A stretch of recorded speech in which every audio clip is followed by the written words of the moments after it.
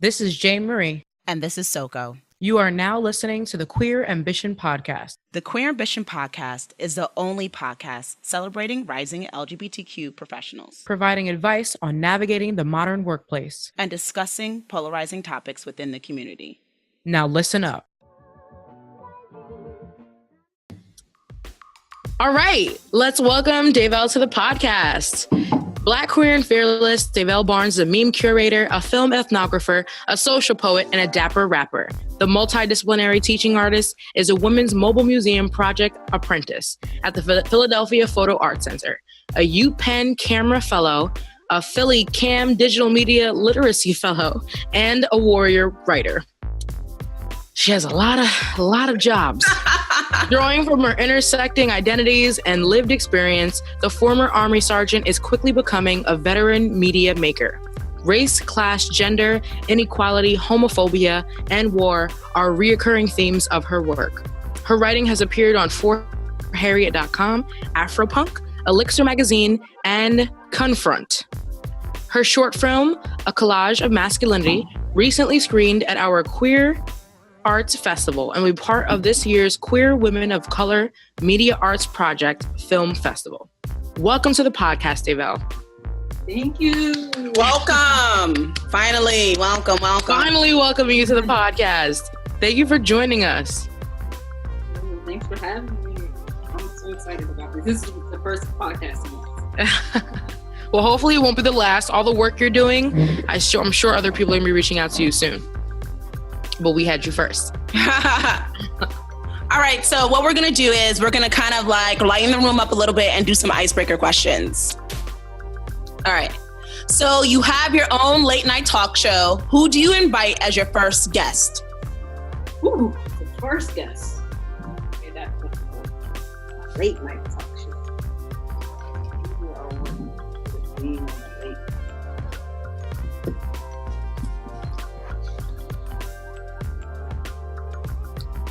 I think I would have Sonia Sanchez on that first night. Who is it? Sonia Sanchez. Sonia Sanchez, the poet, the amazing teacher. No, come closer so I can hear you.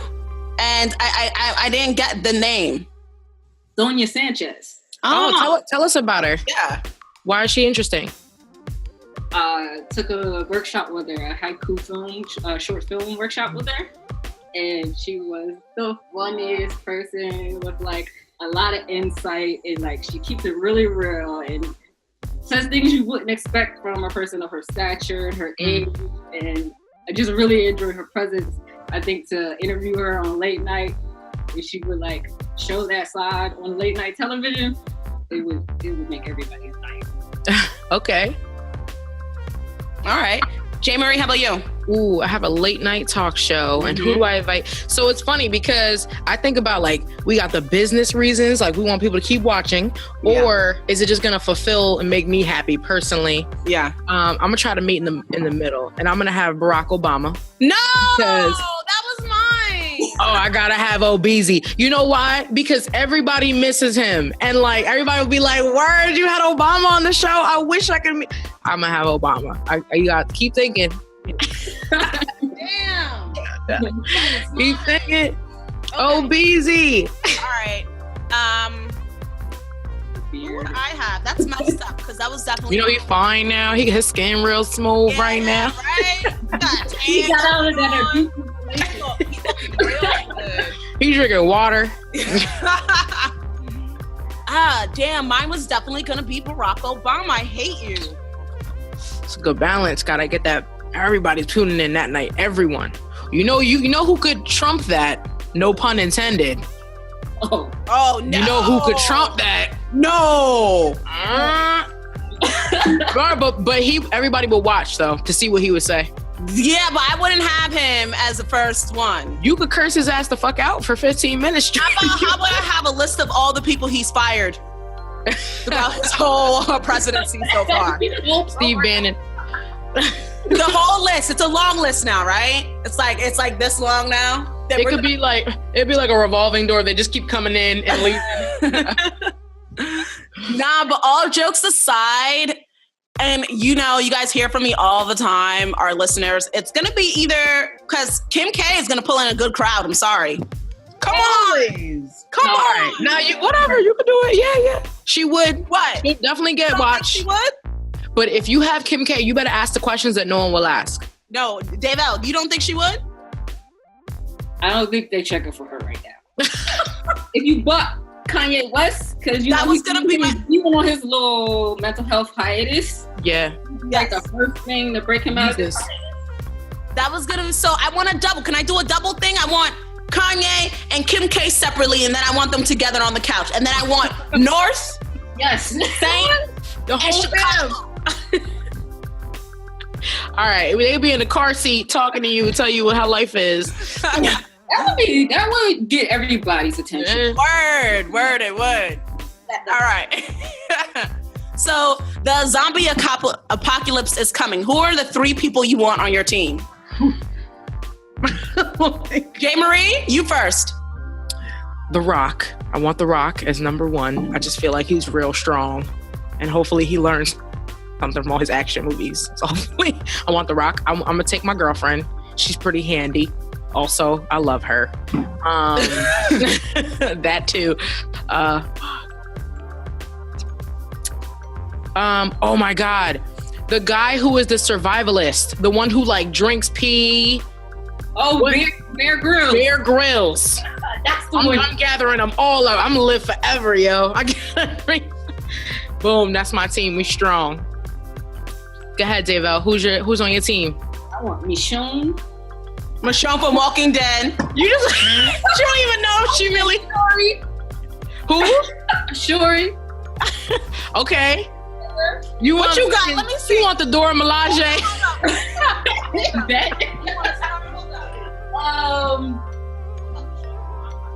Who else? We're gonna fix some stuff. And MacGyver. MacGyver? All right, we just gonna bring him back from the dead. You got a bunch of actors. You don't even know if they good in anything. Oh no, real people. I think that's a good list. I mean, I wouldn't mind having a Dora Milaje with me at all times. So, you good. So since she had to pull hers out, I got my people, and it's gonna be all my people from Black Panther. Okay. Bring all of them. They're all the team. That's my answer. All right, you're going to bring the Black Panther with you. The cast. All right, I would definitely want to have Killmonger with me. He looked like he could survive too. Oh, shit. Yeah. Word, he can. He's not nice to look at too, I ain't gonna lie. Go ahead, Michael Bay Jordan. Shout out. All right, if you could commit any crime and get away with it, what would you choose and why? Any crime and get away with it. Mm-hmm. Ooh. I want to commit acts of treason. What would you do? Especially as somebody that was formerly in the military. That's interesting for you. That's what it does. No. I think just, the current state of politics is so, and it's like, it's in disarray. And certain things need to be. Hold on, they coming for you. You didn't even tell your crime yet, and they coming for you. Can you say that again? Even out loud, it went whoop, whoop, whoop, whoop. Certain things need to happen. Need to need to happen to change the structure. And it'll fall under that category. All right, so she's committing treason. Go ahead, Soko. What are you gonna do? I'm robbing a bank. Like, set it off. And you coming with me, J. Marie? For real, I want to rob a bank too. Me and you. Robbing a bank. We out. Set it off for real, but we all living though. Yeah, we all. I gotta live. I'm trying to spend this money. For real, that's a good one. I mean, who wouldn't pick robbing a bank? Like, I'm gonna take a cool couple million. How much money do they keep in banks? Anybody know? Don't worry. Don't answer my question. Don't worry about that. We don't need it now. How much money at the reserve? See, she be knowing. We need to bring her too. All right, let's kick off this interview. What you doing? You robbing a bank too? Yeah, I'm coming with you. Oh yeah, all right, we together. All right. Yeah. All right, so before we go into these interview questions, I stalked your IG a little bit, right? And right away I knew you were from Philly because I saw one of the posts that John. So I was like, oh, gentrification jokes. She from Philly. I'm from York, PA, but I'm loving Philly and I'm quite at home there. All right. All the same thing.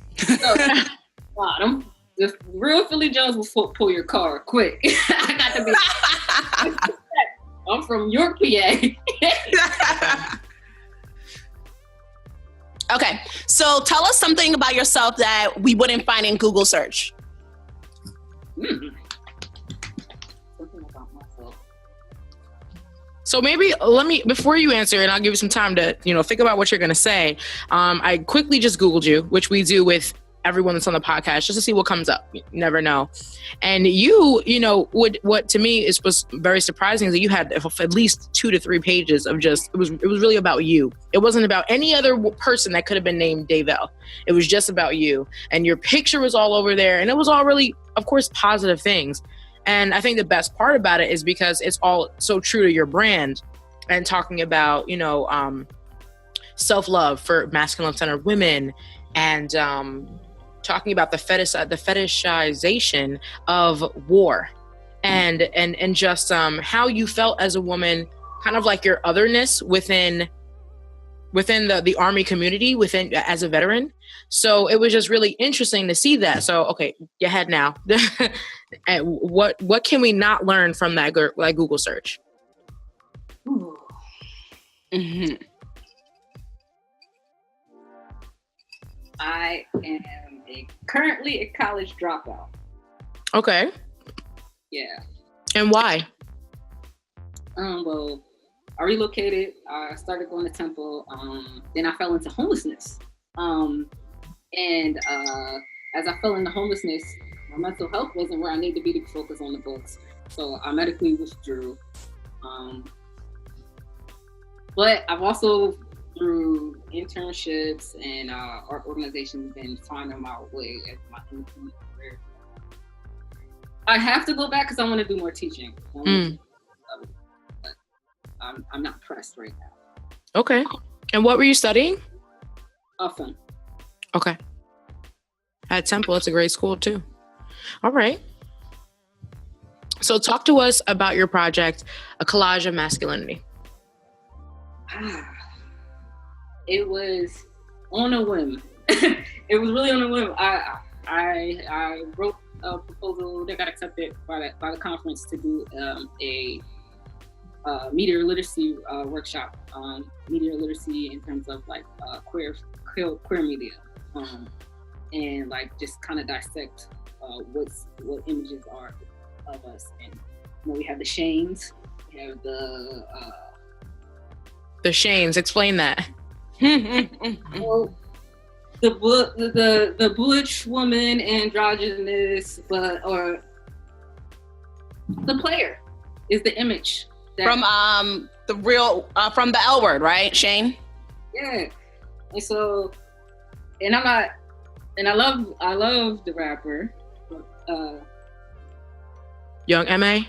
M.A. Yeah, but I know so many queer, Black queer women who don't meet any of the mainstream images of us. And there are good independent media.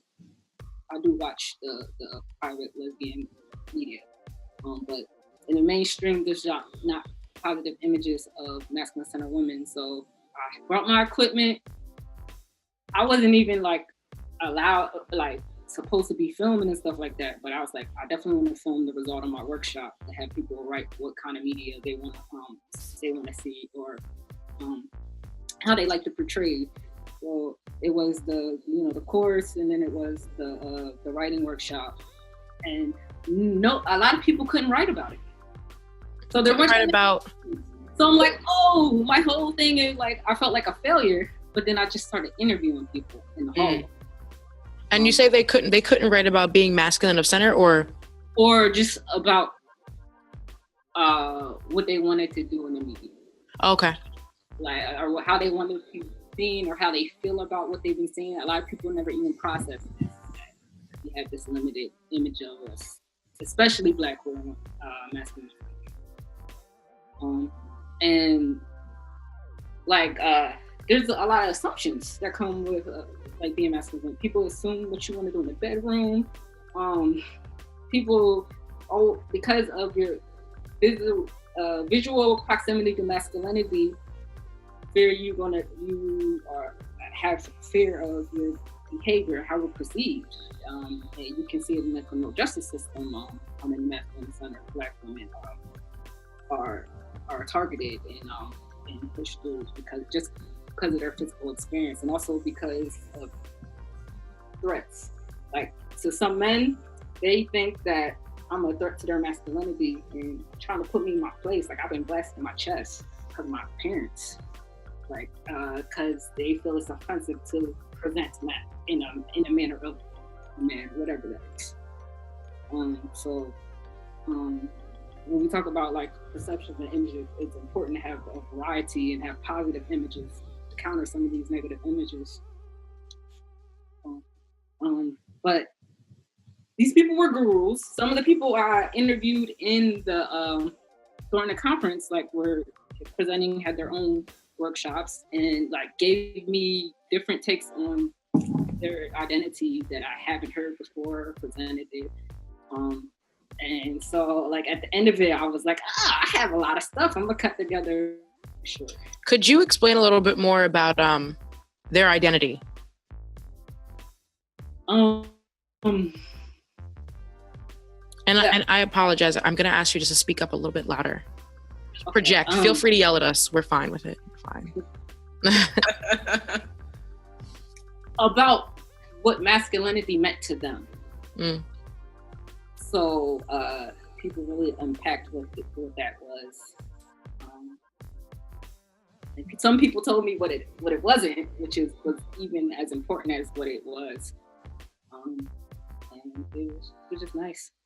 I wish I had better equipment. I wish I had better sound, but I did the best I could with it. Yeah. Which it's content though. Yeah, it was good. I watched it 3 times actually, to make sure I caught everything. And I saw a lot of people, familiar people in there actually. I saw Siren. I saw, what's the other girl's name? Lola. She's a model in Atlanta. A lot of familiar faces. That's why I was like, are you from Atlanta? Like, it was the first one. The first one that they're having. So a lot of people were just amped about it. And which one? The Andro Fashion Show? No, the first Masculine Center conference. Oh. What does Masculine of Center mean? It's more so like not about your physical or your genitalia. It's about feeling masculine in your core, and that being like very much a part of your identity, and that not being and that needing to be validated. Do you think there really is such a thing as masculine and feminine? No, but in language, what language is designed to do is describe. Yeah. How we communicate in this language. These are the words that we have attributed to certain qualities. They mean different things in different times, in different culture, and but this is what this current society has beeped it to me. So I honestly don't. I tend to feel non-binary because I'm very fluid in my expression. Not as fluid in my expression, but in my sexuality. Like, I don't really truly believe in this. Really, like, I guess black or white. Mm-hmm. I don't really truly believe in it. But I know what it means when it is articulated to me. And does masculine of center also translate into anything about sexual preference or what you're attracted to? Does that have any bearing on that? I mean, I think you'll find for a majority it correlates for a majority of the population, it correlates with also being like lesbian, but it doesn't, and it does not for many people. It's just, there's always. And the thing is, sometimes when you see someone who on the outside is like presented as like, more of a masculine female, we automatically assume they're lesbian or queer, when that person could be very. I ran into a female and she was like, "Oh no, my boyfriend," and I was like, "Oh, I should never assume." Yeah. So in that project, I saw a lot of clips from the Andro fashion show. Is Kia Barnes someone you work closely with? I met Kia a couple times. We're good friends with another, the strawberry shortcake comment. No. I know Kimberly Bonner from Warrior Writers, and they're good friends, and they do a lot of work. And I met them a couple times. But Kia, when I seen Kia performing the first time at that night, I was like, yo, the comedy is amazing. Yeah, okay. I know, I saw the same last name, so I was like, long shot. But I'm No, Kia is amazing. We had her on the podcast. She's doing so much work within her community, and I just see her. My opinion, I think she could easily sway into politics if she really wanted to go that route. Seriously, yeah, she really could. Yeah, she really could, and she just presents herself very well, and she's excellent at networking. Obviously, yeah, coming full circle here. But more about you. Can you tell the audience more about For Harriet and the need for masculine of center women to practice self-care? I was in a lot of spaces that were mostly, and these are self-identified femmes, and they were talking about their self-care regimen, and I thought it was so beautiful, and it was a time I was going through a lot, like that was right before I hit the homelessness, which was as stressful as the homelessness, and I had to really kind of coax myself out of everything with baths, with haircut, just self-love in order to just feel like I should come out and face the next day. And I learned that from femmes, and I'm forever grateful for the teaching. And I was thinking about the few masculine center friends who I had, which was like, do y'all even, like, no, we just kind of tough things out, and like we got swag, but some of us don't practice self-care in a more intimate way. I was like, you know what, we need to do this as well. I think when they talk about different segments of the LGBTQIAP community, it's like a subset of the community that is not, our experience is not really represented in anything. Literature, and popular modern literature. I wrote that one out. Yeah, I had came off my fourth deployment and kind of was like, whew. Yeah. So how did you end up being homeless, but you were serving in the United States Army? How does that happen to someone? Yeah. Depression, making decisions off leap of faith. I did at one time took care of a large family, and a lot of the money that I made. Wow. To me, that. And so, can you just take us through a little bit about your experience serving? Like, when did you begin serving? How was your time there? How did those experiences then lead to some of the amazing work you're doing now? Can you just take us through that timeline?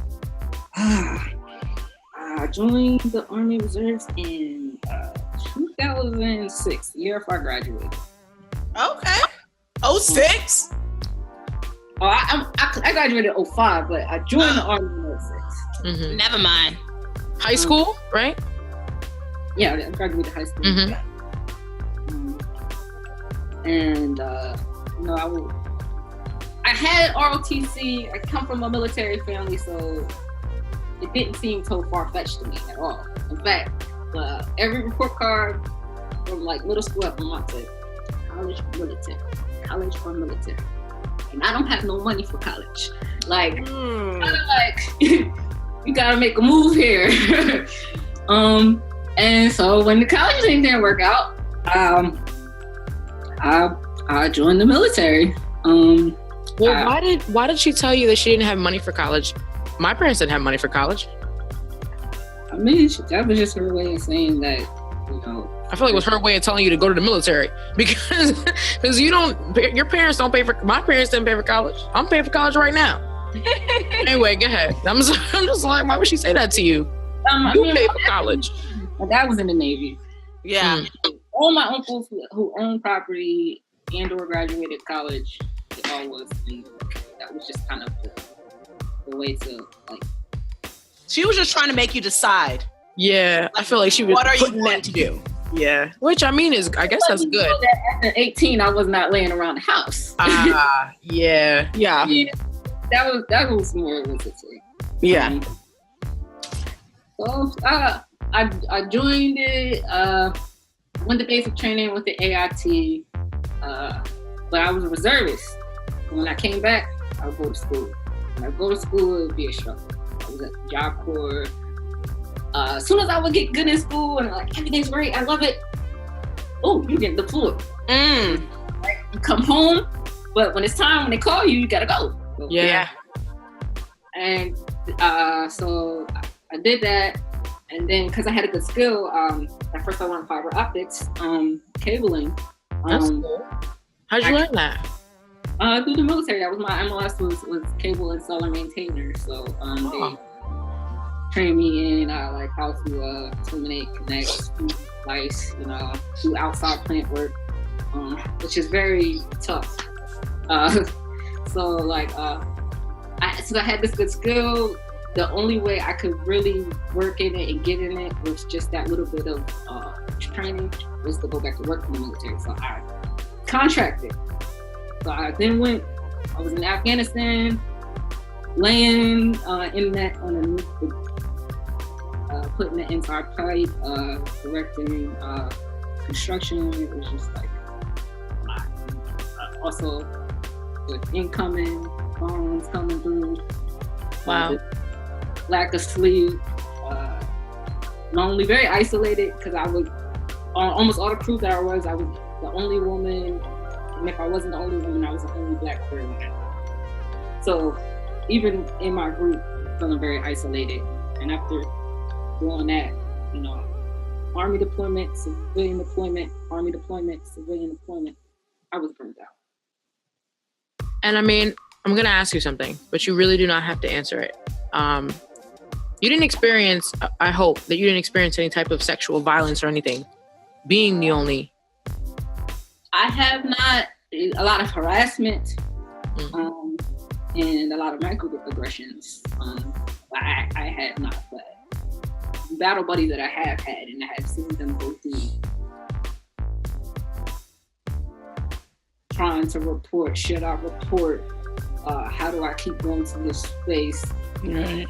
And after they report, getting moved to another base. So now you're isolated after this experience. Mm-hmm. And then this new unit heard that you're a problem, so they give you a lesser job. Like mm-hmm. I've seen the many ways that this plays out. People having a baby can't talk about who the baby's to because it's somebody a higher ranking. Mm. Wow. Yeah. So, you have a book of poems called Ebony War Porn. What inspired you to write this book?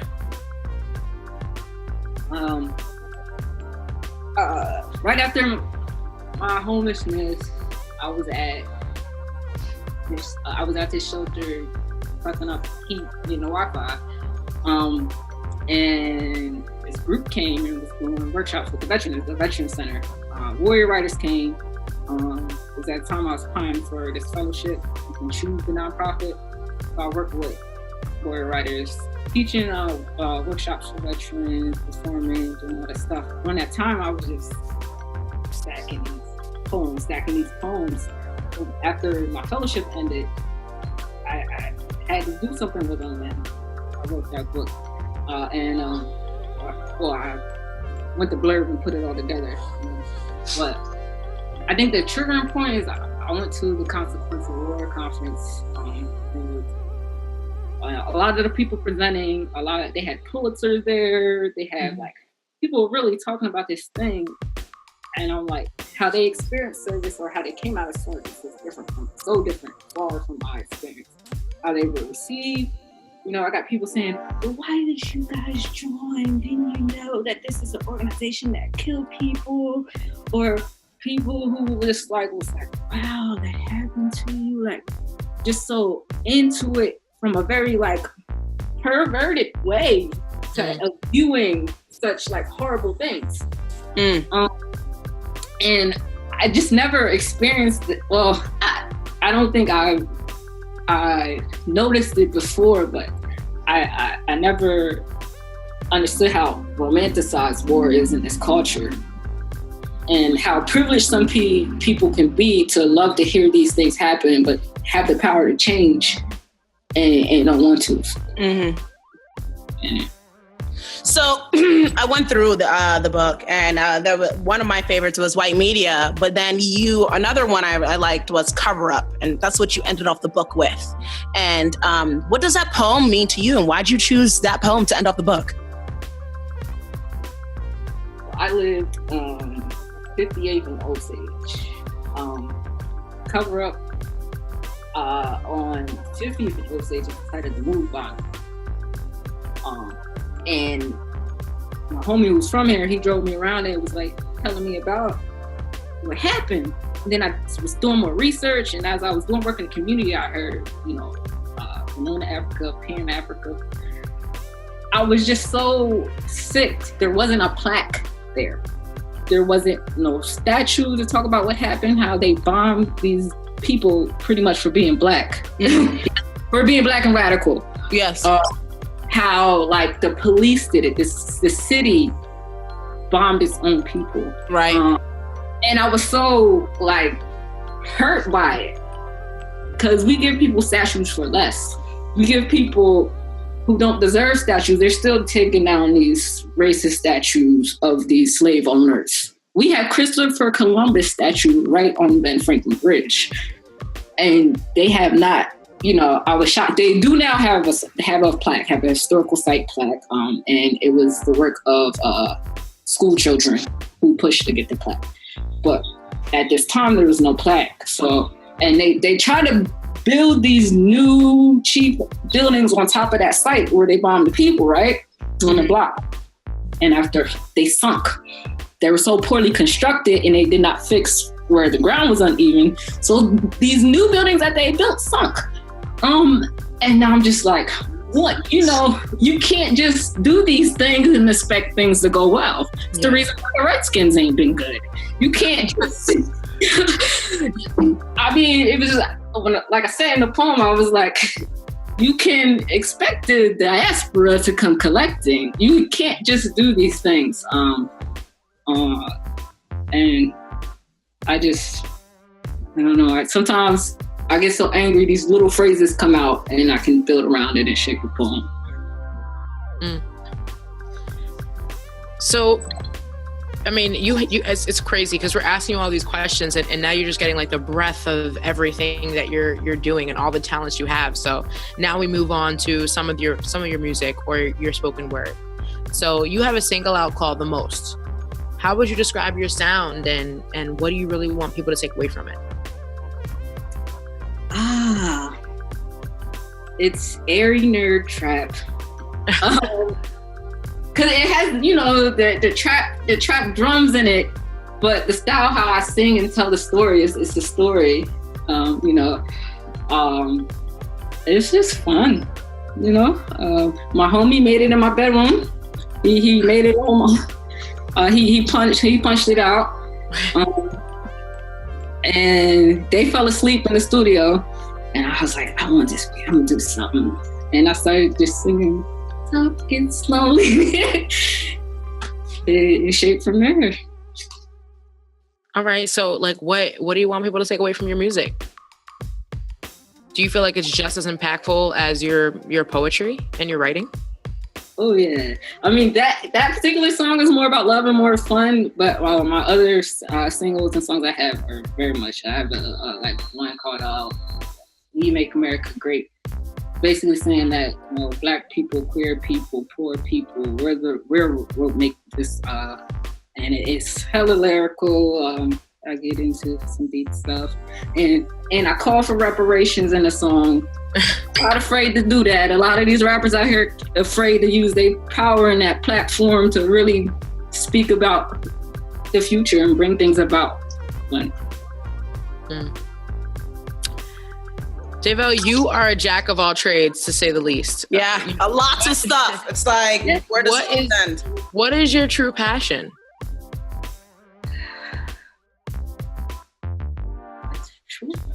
Is it film? Is it poetry?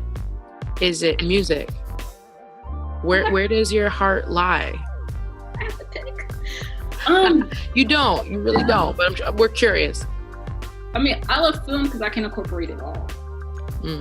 Like the end song that I use for it's a snip from "We Make America Great" that I use for Collage of Masculinity. So film allows me to do so many things, wear so many hats, and play with so many different motifs. That's why I like editing. It's fun. Since I'm new to a lot of these programs and things, I feel I have a lot of room to experiment, and I do. And yeah, I guess film. And film is it right now because I think it's the hardest to learn. It's one thing that I'm gonna have to grow for years in, and so I have respect for it. Not that I don't respect the other mediums, but and then with film, I can tell other people's stories. Yeah, help people. What is a film within the last 10 years that inspired you the most? That inspired me the most. Oh, shit, I'm so indecisive. How? I like How. It has James Franco in it. I just watched it yesterday. What is it called? How? How? Yeah, so it's about one of my favorite poets, Allen Ginsberg. And his famous poet, How, which perfectly described the way it starts. I seen the brightest minds of my generation dancing, drinking, hysterically naked. And he talks about drugs, he talks about poverty, and it has a flow, has a rhythm. Like, this is an amazing poem. And the movie has animation in it. And it talks about his journey, and it also covers a trial that happened around that poem because it was put on trial for being considered obscene because he is very graphic in the way he describes sexual encounters, even though it's beautiful and poetic. Yeah. Because he actually used certain words. They were like, no, this is too dirty for the public.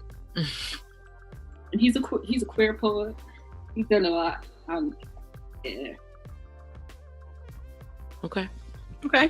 So, what advice would you give to other queer Black women serving the country?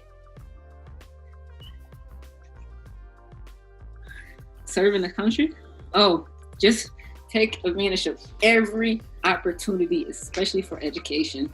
The only reason why I was able to have those jobs is because I got my certifications. I got 3 M5%, I got CompTIA A+, Net+, SET+, Server+, CCNA. Just grind, and the education will take you out of some of the worst parts, the least favorite parts. Get it in and do your college the whole time as much as you can. Do it wherever you're at. Take care of the education benefits. Use every discount. It's a stressful life. It does not make as much money as a lot of people think, or you don't really get to enjoy it the way you want to because you're going.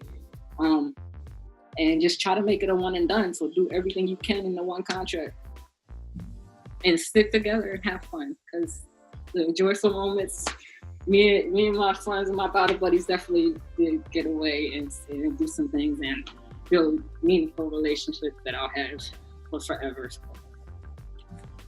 That's beautiful. I mean, I'm glad that you had that takeaway at least. Yeah. That's okay. That makes me feel a little better about everything we discussed prior to that. So before we let you go, Davelle, we just want to promote some of this amazing work that you're doing, right? So you have your chapbook called Ebony War Porn. And where can the people find that? Oh, it's at blurb.com. You can search it within Blurb, or you can click me on my IG or my or email. And what is your IG handle? Dyke_Sundance. Not subtle. We know what it's about at the door. Amazing. So yes, Dyke_Sundance. You'll also find the link to purchase and or just take a look at the description of the book, Ebony War Porn, right there in the description. We'll also have Davelle's Instagram handle, again, at Dyke_Sundance. So feel free to reach out to her if you are an aspiring director, or if you're just really interested in film. She's right there. Also, you're single, the most. Oh, is you single? There's a change. There's been a change. Oh, hey, I was about to tell everyone to slide through those DMs. Yeah. Oh, Over. Or I mean, for now. Yeah, no, I got a bang right now. Oh man, never mind, guys. She's off the market. Can I make another plug? Sure. But she's still super talented, so you should still talk to her and reach out to her, even if she has another plug. What's the other plug? Women's Mobile Museum Project. What's that? We are a cohort of 10 women who are interrogating museum cultures. We've been storming in all these museums, questioning why there aren't women, seeing why there aren't as many women of colors, and we're also learning photography. So we're also have our own. We're gonna have tour exhibits this year throughout Philly. We're gonna be at PAFA. We out here. And Zuneli Muholi is who's an amazing South African photographer, queer, and does amazing activist work. Is with us and behind us. So. Awesome. That sounds super dope. Thank you for joining us, Davelle. It's been amazing talking to you. Please keep in touch with us and send anything to us, and we will be glad to share that with the audience. All right? Hey. Thank you. Thank you so much. Bye.